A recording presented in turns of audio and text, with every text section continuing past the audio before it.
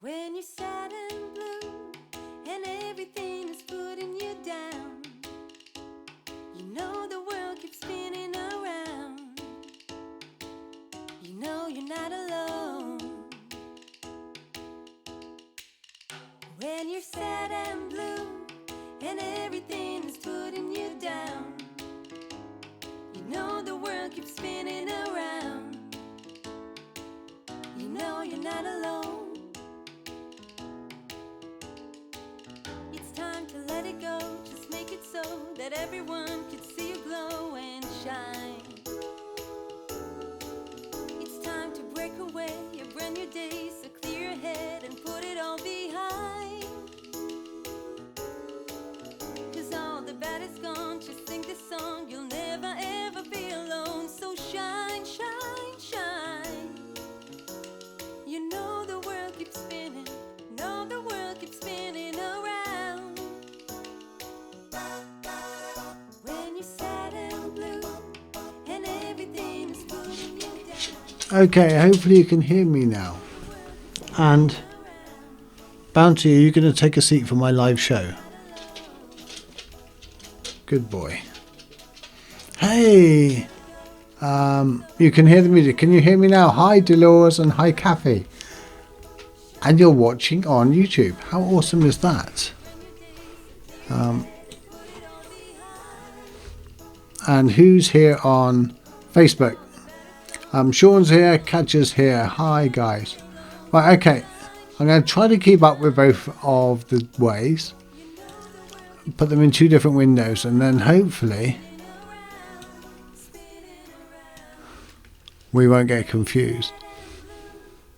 Because I don't want to miss anybody's comments. But I'm totally aware of. Oh, you can't see me now. You can see me now. We're getting there. This is what life is like, right? It's been, oh my God, it's been a long week. And I was just sitting down thinking about 20 minutes before I come live. My resistance jumped up at me about 20 minutes, half an hour ago. Make an excuse, don't go live. You can't do it today. You're overwhelmed, you're tired, you've had a long week. So everything was telling me not to do this. But I'm here and it doesn't matter if everything goes wrong. So let's just get one final check. You can see and hear me on YouTube and you can see and hear me on Facebook. How awesome is that? How awesome is technology?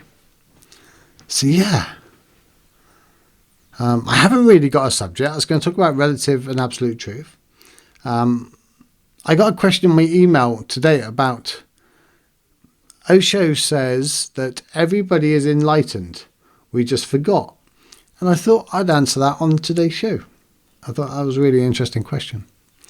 So apart from that, I would like you to ask questions. Anything you want. It's Friday. There is no rules on Friday. And you can ask me anything you like or each other. Just join in, have a chat, tell us where you're watching from. Always better when everybody joins in. I'm just so pleased it's working on two things. I'm like, after my week has been, it's been so really busy and I feel like I haven't achieved much. But I have. I've been to council meetings, I've done different things. And yeah, it's all good stuff. But sometimes we're running around like, I was going to say headless chicken. That's really not a very nice image to have. But we're running around and we don't stop and take stock and realize how much we are achieving. So that's what I'm going to do right now.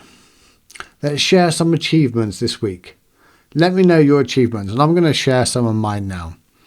I've got none in mind yet, so bear with me for a moment or not. Oh, that's a great idea, Stevie. Whose idea was this, to share achievements? No, this week, first off, I've survived and I'm here. and I'm live on YouTube and Facebook at the same time. That's an achievement. Bounty is, after about an hour of driving me absolutely crazy, has now settled down. So that's a good thing. And I could put Bounty in the screen with Mila and today's title. How cool is that? But I cannot put up today's I cannot put up the questions. The whole idea of this graphic was that I could put up your questions and comments. Kathy says, another rainy day here, so it's great to have your company right now. Me too. We got a nice sunny day, but rain's coming in. But yeah, I know. It feels nice to chill out with you guys. You guys have come like family. So a big achievement this week is going live on both places. And I'm going to do this in future. So, let's build up the YouTube channel. Let's beat the Facebook algorithms or whatever. Sarah says she's been struggling this week too. Yeah, it's almost like everything's come this week. Everything's hit. I have a fairly quiet weekend, so that's nice. I'm going to get some more of my book wrote, get some more edited, because I'm nearing the end of it. And that'll be like a huge break and success. But it'll be a huge weight off my shoulders as well. I put in a lot of pressure. Alison, how are you doing? Pop over and see me one day. I'd love to know how you're all doing. You and the rest of the family. Sharon's here. Good morning, Sharon. So yeah, it's Friday. Deep breath. What else have I achieved this week? I ate healthy a few days. Does that count? I've got salad. Sharon says this week sucks. Okay, so we're going to kick this week into touch and go. We're going to end it on a Friday with yours truly. And we're going to take control of next week. Can't see comments on YouTube. No, I cannot do. I can see the comments on YouTube, but you guys cannot. Unless you go to YouTube, of course. But what I'm going to do next time I go live, I will put the comments up on my screen. They were supposed to go here. But that's the comment from yesterday. I just did not get time to go in and do it. Unless you guys give me just a couple of moments. Give me a couple of moments. Let's see if I can do this. Talk amongst yourselves. That would be awesome if I can. I bet it won't be that simple. I bet Facebook, yeah. Log in to Facebook. Does anybody know my login?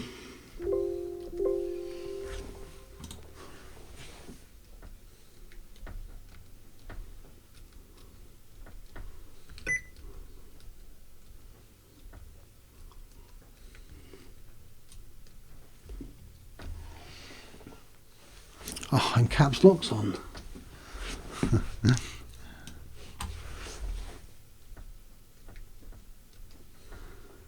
I'm sure the only person that's slower at typing than me is Bounty.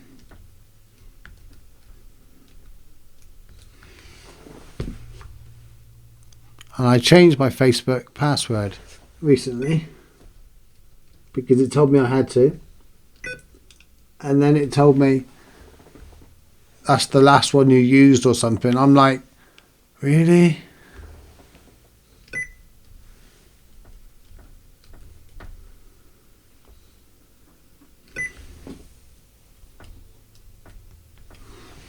But it's a good idea. If I can get the comments up, at least when you ask me questions, because I'll go on about enlightenment in a minute. At least when you ask me questions and they ask me questions on YouTube, I can put them up on the screen for both to see them.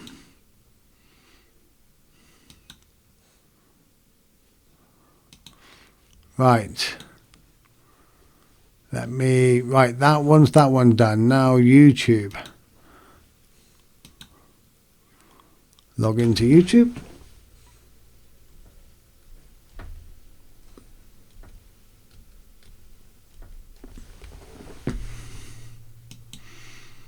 Did you know if you're logging into YouTube, if you've got a Gmail address,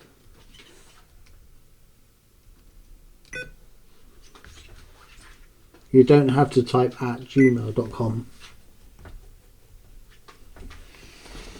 You can type the first bit and that's it.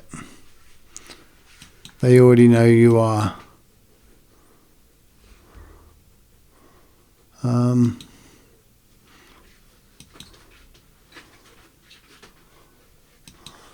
Oh wow, I think it's working.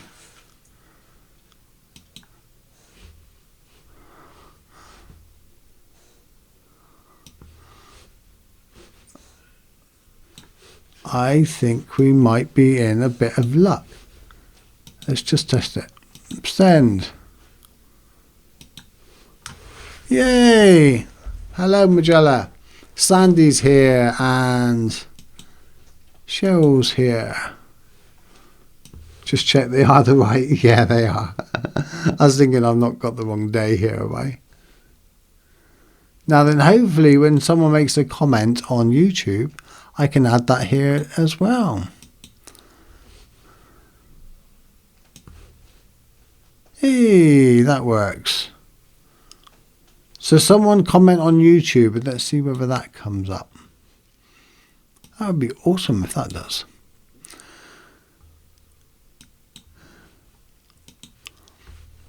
Sharon says she needs a 5-minute break. I hear you. Right. Bounty just rolled out of bed. That's about right, yeah. Oh, you can see him in the top right. Right, Dave says hi. So, I'm going to talk about enlightenment for a minute. Oh, Dolores, you're a star. So I can put up YouTube comments as well. Yes, it's only you and Kathy on YouTube. And yeah, there's a time delay because I did not set it to high latency. You can comment on my YouTube, but you'll have to go right to the bottom of the screen if you're on your phone. It's like scroll right to the bottom for some reason. But I'm going to, for the minute, talk to you about enlightenment. So I was asked this question. Osho, I don't know, O-S-H-O, I don't know how to pronounce his name. I believe the Greek philosopher, said we are all enlightened, we just forgotten we are. Now then, I was over on Quora and I particularly liked a particular answer to this. And what they said is, it's not the fact that we're all enlightened. And enlightenment is become a concept word. You know, a mystical, magical place to be. You know, like you want to be knowledge or you want to be clever or you want to be, yeah, just all sorts of different things. I was trying to think of other things. Hi, Susanna. Carla's here as well. Hi.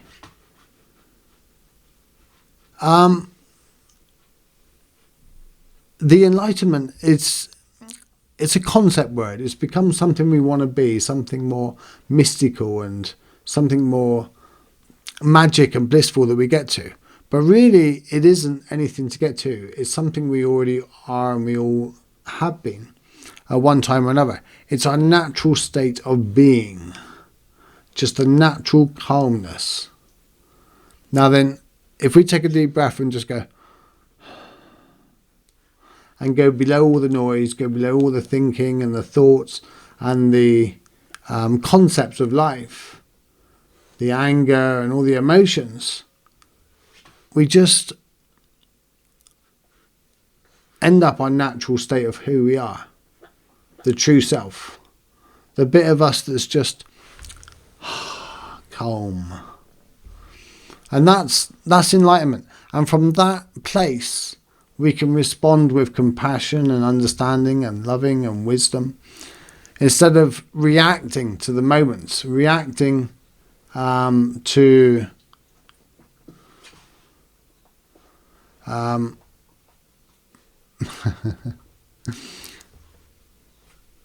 I'm just reading the comments.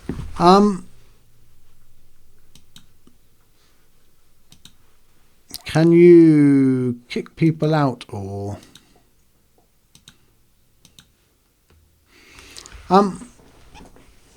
yeah, you can. Here you go.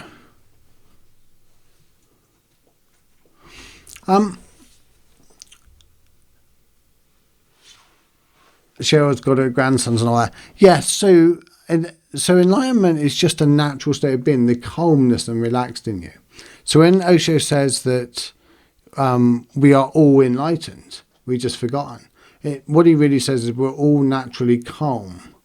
We just forgotten how to be. We've forgotten how to relax and how to be below the noise, below the opinion and thinking and planning and imagining and dreaming and longing and wanting. Because that's what the mind does all day long. It just constantly goes into all these stories and the wants and the needs and things like that. Sandy says,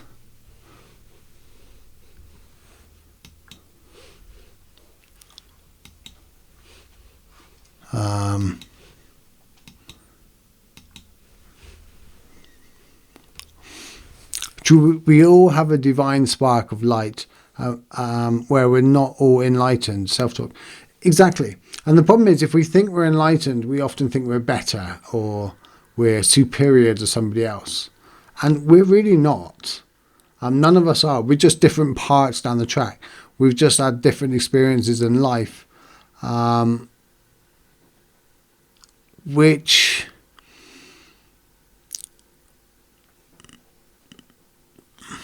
it comes down to, at the end of the day, we got from all our experiences and the way we lived our lives and what everybody's put into us as we're children. People put in their thoughts, their feelings, their opinions. And then we end up living that life the way they've lived for so long with those paradigms that we forget who we are. So while we're living that life, we believe that's who we are. We believe that's all the thoughts, feelings, beliefs, opinions. So when you go below all that, that's the peaceful, natural state that we all have. And you all experience it when you just chill right out. I'm trying to think of another better word for it. When you're just relaxed, when you're just taking that breath, taking that gap. It's what I write about in my book a lot. It's about, my book's called Choosing Nothing. And when everything's arising, all the thoughts and feelings and emotions and states are arising, we normally base them all on our experiences, base them all on what happened last time. The subconscious mind jumps to what protected us, what our normal habits are. Whereas choosing nothing just gives us that little bit of a gap. Just in this moment, let's choose nothing for a moment and see how it pans out. Let's don't choose to jump to judging it or anger with it or longing or wanting or pushing. And then very often we can respond from this natural state, which is understanding and caring. So that's what enlightenment is. It's just the natural state of relaxed. I'm trying to reach my drink.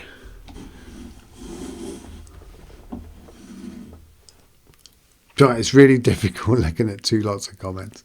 There's so much on the screen in front of me, and I'm like a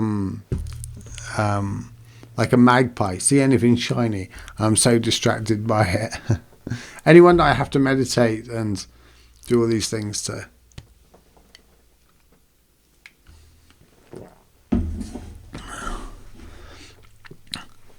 Maria was not. That put me right off. I'm so not used to. I'm so not used to interesting people coming on my life. like that. And you jump to all your childhood things when you see something like that. It's like, yeah. Suzanne says, at peace, yeah, exactly.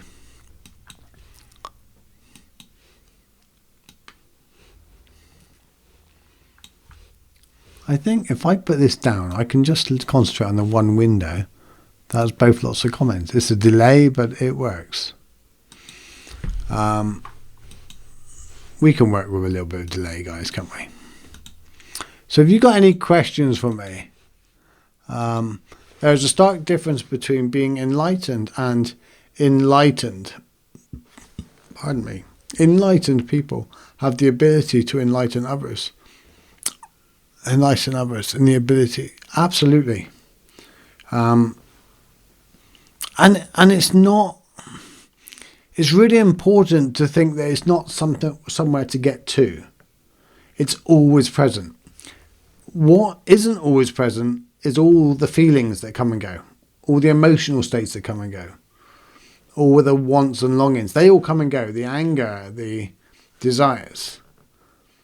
The enlightened, relaxing state is always present. But we just don't see it. It's so masked and covered with everything we're doing.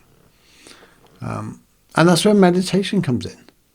Meditation, we wander off in our minds. We do all sorts of things. During meditation, you sit down and go, right, I'm going to sit down and not think. And within about 2 breaths, your mind's going, well, what are you doing? Why are you sitting there? Yeah, I'm just going to not think for a minute. Why not think? Can you go on Facebook? You really want to sit here for half an hour? And your mind's designed to do those things. Your subconscious mind's designed to throw scenarios at you so you don't get in trouble. It's to protect you in life.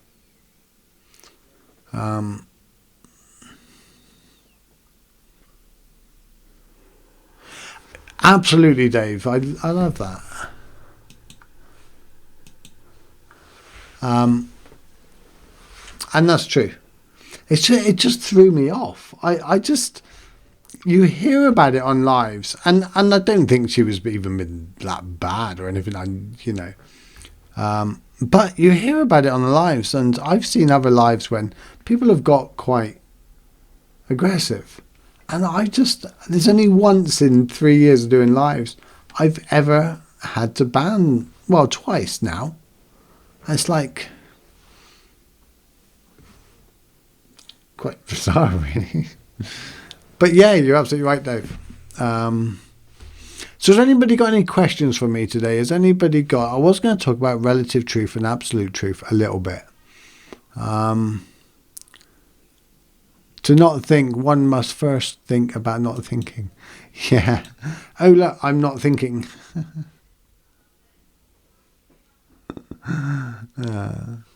It's... the amount of times I used to think that am I now thinking? Am I thinking now? And asking that question constantly. The idea of meditation is not to not think. The idea of meditation is to be aware of your thinking. Is to observe it and not become it. To take a step on the outside.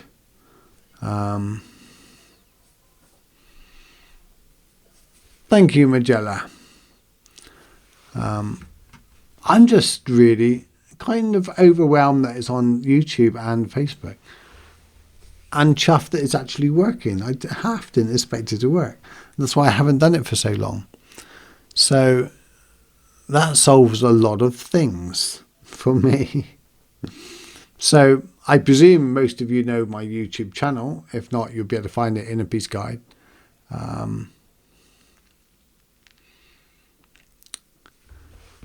You would love my seminars. I can show you results.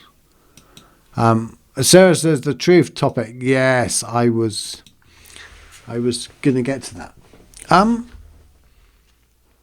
Relative truth and absolute truth. I'm trying to think of a good example. A relative truth is, I might say that bird's beautiful. and someone else might say, no, it's ugly.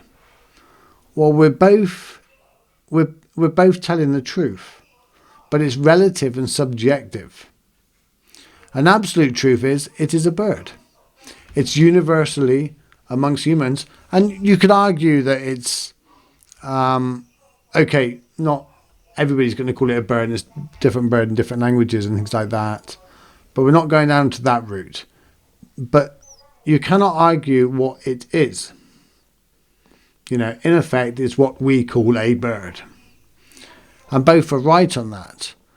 But when we confuse opinions and feelings with absolute truths, that when you say your opinion, this is how it is, or you are wrong, or I know that's a great painting, or that painting is crap, and things like that, or that TV program is rubbish. You hear these things all the time. They're making a statement as if it's true, and that's not a true statement. The real statement is, in my subjective view, that program is crap or good. But people say these comments all the time and say these words as if they are absolute truth, as if they are fact. And that's when they get drawn up on it, or they get annoyed by it if someone disagrees with it. Because no one can disagree with a relative truth. No one can disagree with how you're feeling. But people can argue with a truth. People can argue with, I'll rephrase that. People can argue with a subjective statement when you announce it as a truth. And this is especially in the political arena. The truth is the truth, whether people believe it or not. That's the reality of that. But when we look at what we're saying and how we're explaining it, when we separate the two and when we become familiar with what is a relative truth, we're getting a lot less arguments. We're getting a lot less anger with people, and anger with ourselves as well, because we almost look at it and go, oh, well, that's the way I feel about it, but it's not a truth. Does that make sense, Sarah? Hopefully that makes a little bit of sense. Right, asking your mind not to think is like asking your heart not to beat. Absolutely, bang on.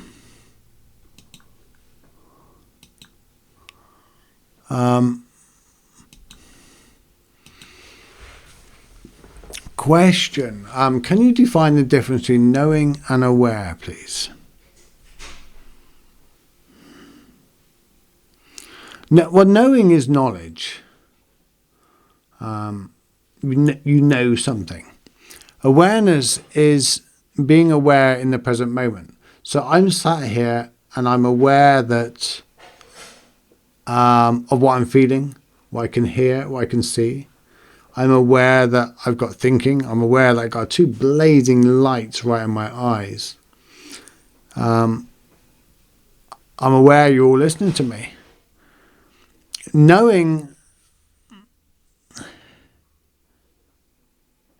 sure, that's a really hard one to answer. That's a really hard one to answer. Knowing is not it's not limited to the present moment either. Knowing is knowledge.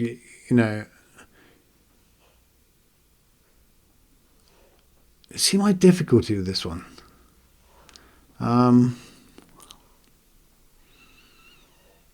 Dave, come on my show and you help me with this one. I find it really hard to explain the difference in it. I kind of think I know the difference, but explaining it is really quite difficult. Awareness is without judgment. Awareness is without going with it in any way and pushed around by it. Like mindfulness is, you're aware of what's going on and you're observing it, but you're not being it. Whereas knowing is it's a judgment. It's like a knowledge. You know the answer behind that. And that's very subjective on what you think as well. Not all knowledge is based around any kind of truth. What a pants answer, but I think you understand.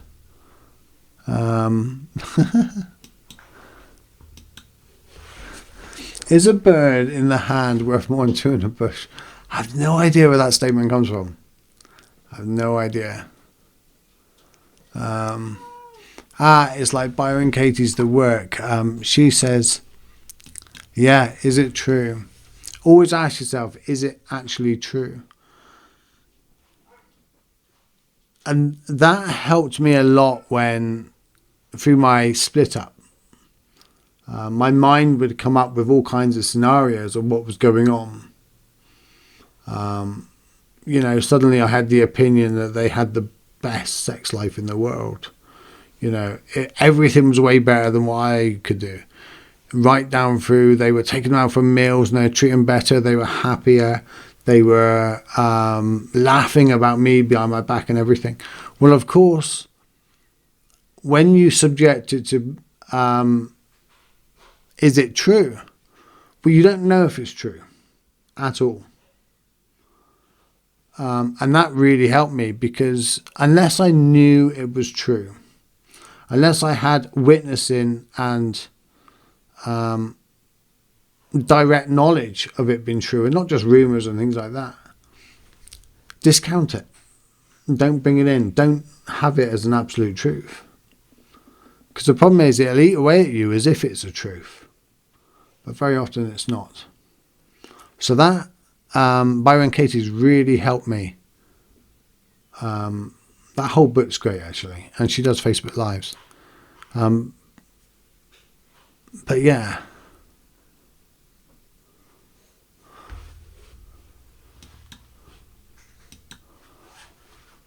I like that. Awareness is feelings.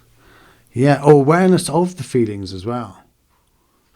Seeing them, watching them come up, being aware of them. One example of the difference, actually. Hi T now, just seeing you pop in. One of them is you can be aware of the feelings coming up. Knowledge is knowing what those feelings are from and where they are. Knowledge is the story behind the feelings. I got it. Awareness has been aware of it. And then when you jump into knowledge, that's the story and what the feeling is and where it comes from and where you think it might go. That's the knowledge. Did I get it right, Dave?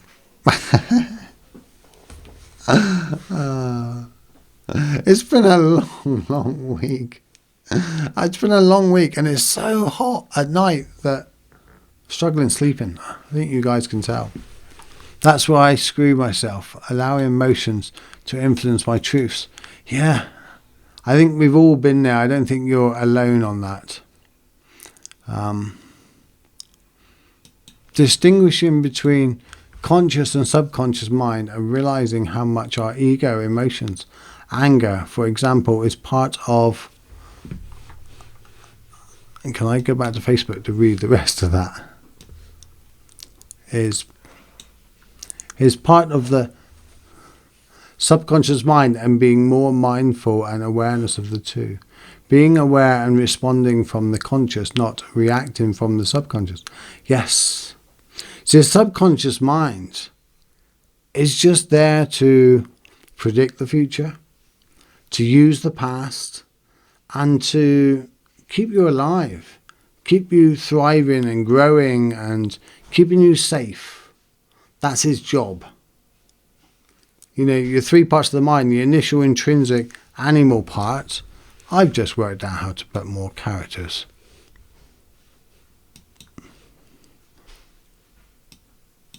Limit text 2.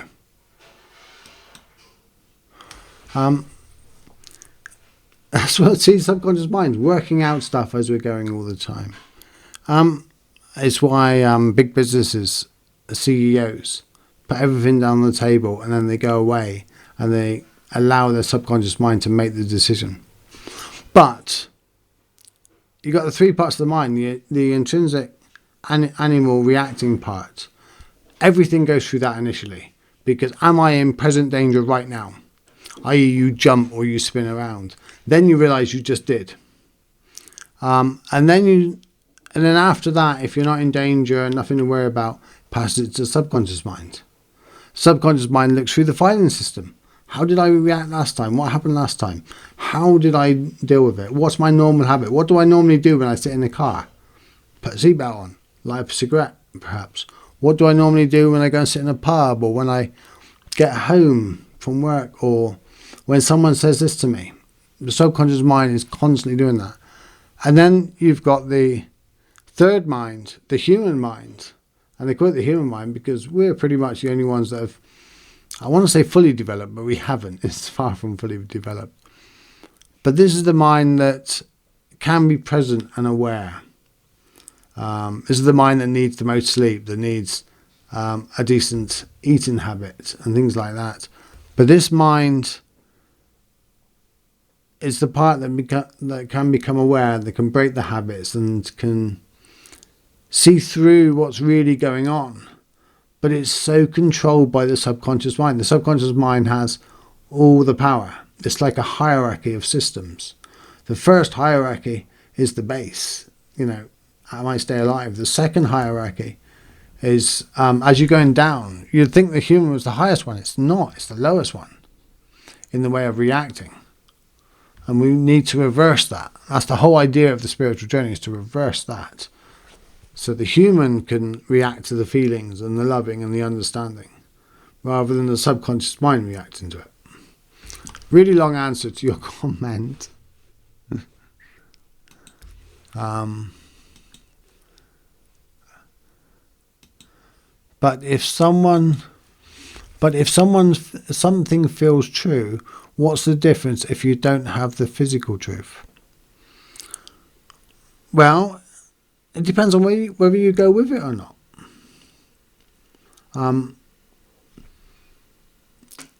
You have a choice whether or not you go with that intrinsic feeling, the belief, or not.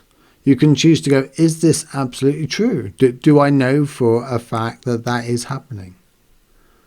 And then you can go with it. Normally it'll lead to a lot of suffering, especially in the instances that I was talking about. And we tend to get so wound up with it. And we jump to it very often so quickly. I went to a meeting last night. And I got there, and there was a room full of people. And I was like, shit, it's 6:30. No one else is here. There's a room full of people. And I was absolutely panicking. I'm tired because I haven't really slept properly about 3 days. It was about 6:30. And at 7 o'clock, we had this meeting. All I could see is a room full of people. I didn't really know who was going to be at this meeting. So my mind was jumping, what's going to happen? No one else is pulling up in the car park. So I went in about 22, got down to the reception. I said to the security guard, can you sign me in? She said, what are you here for? The fostering. I said, no, the health and wellbeing neighbourhood planning meeting. And she said, well, that's booked from 5 till 7. Oh no, I'm late. That become a truth. I was late. I can't go in there now. It's 20 minutes to the end of the meeting. I checked my email. My email said 7 p.m. Fired off an email back saying, am I late or whatever? I didn't get an email back because obviously the officers weren't working at that point.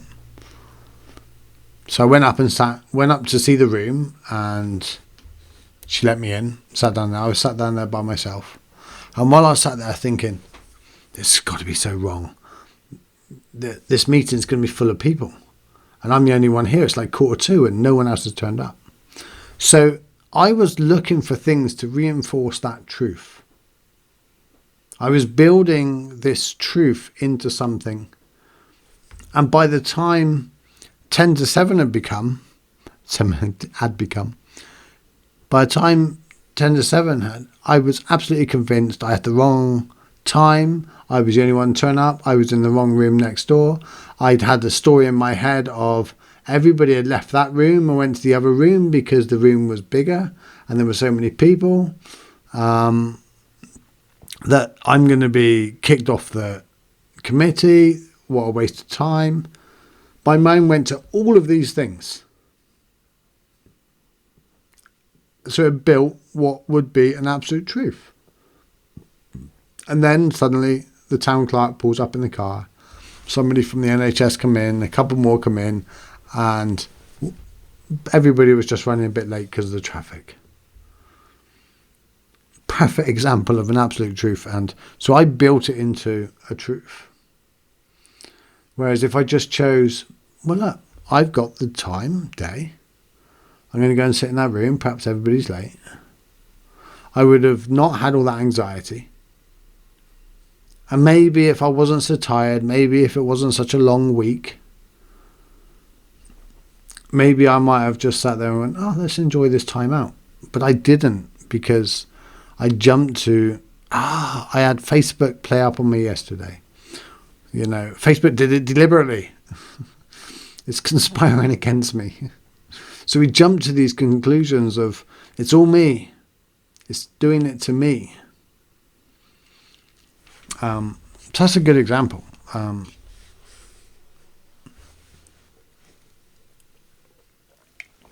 Life will happen for us, Cheryl says. Absolutely. It's been 90 degrees heat index. That's warm. I got my lovely air conditioner, which we'll plug in later, actually. In my opinion, awareness is knowledge, but it lacks something. It lacks reality. Knowledge comes primarily from experience, which can only come from reality.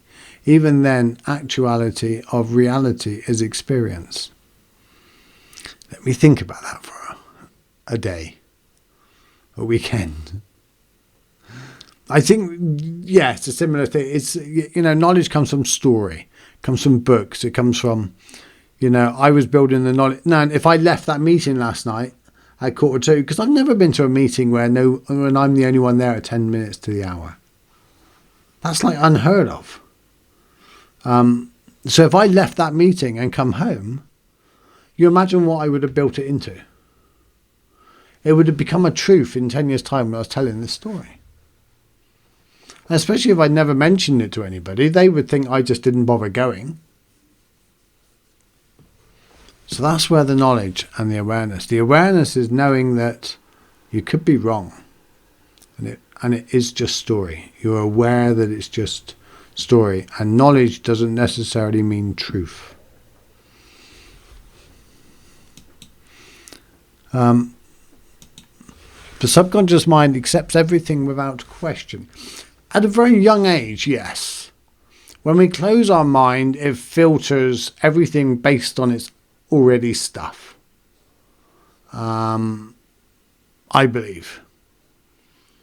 You know, the older you get, no, don't agree with that, get rid of that, won't even, that's subconsciously. We subconsciously data mine for only what we want to see, which is what I did with that meeting. I wanted to see that I had it all wrong. I was jumping into that.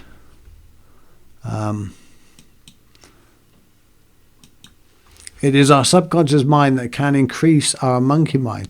Well, they're kind of the same thing. It is the monkey mind. But yeah, it certainly can. The subconscious mind can certainly build it.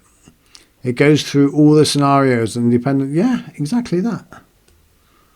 Exactly that. Jumps to so many massive conclusions. Dave diving deep. I like that. Always go with your gut feeling. I do. Never lets me down. I think yes, to a large degree. But allow your gut feeling to really come up with something as opposed to jumping to it. Yeah, we've been using that way of communicating for millions of years. Well, hundreds of thousands of years. And we've forgotten how to do it. You know, language is too easy. Just talking has just become so easy.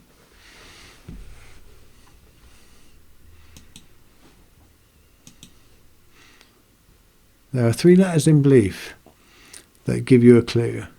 beliefs are not real most of the time. They are constructed paradigms, absolutely. But it doesn't mean beliefs are bad. They're not bad. It's like everything. The only problem is with them if you're so attached to them. It's the same as a thought. A thought's only bad if you become attached to it. But the same as a car or a house or a lover or anything. They only become suffering. They only become ignorant if you become attached to them. There's nothing wrong with having them. There's nothing wrong. I have a belief that the spiritual journey is about loving and understanding and building a knowledge and living from a compassionate place of caring. But I'm not so fixed upon that belief that I cannot change that belief if something else comes along. Hi, Natasha.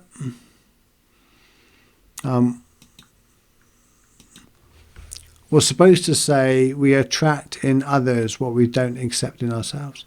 Very much, yeah. Golden shadowing.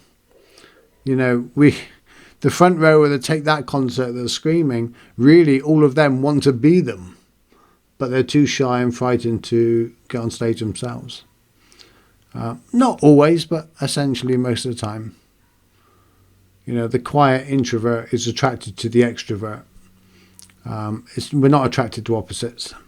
We're attracted to the person that pulls more of who we really intrinsically are inside. And there's a lot of evidence for that.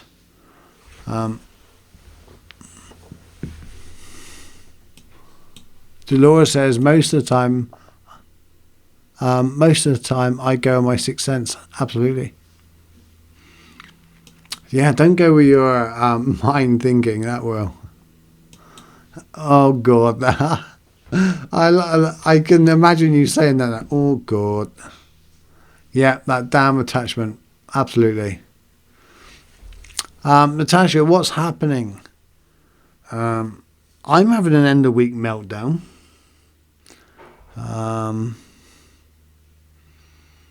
As far as everybody else, I think about the same, really.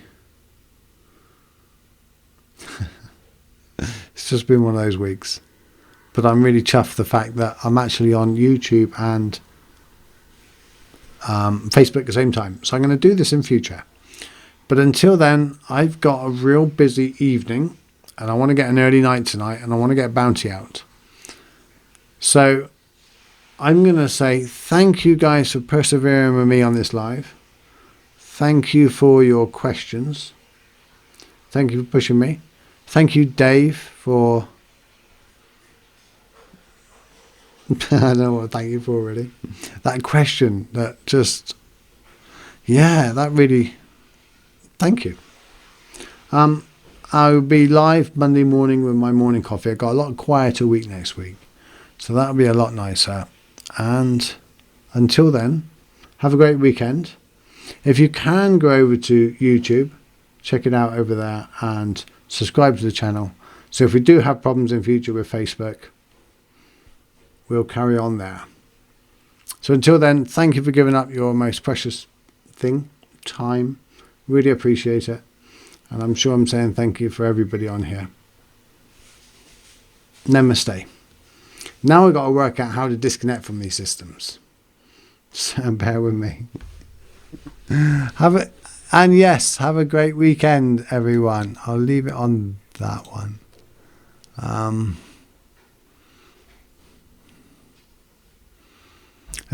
Mind you, I'm going to go to that comment.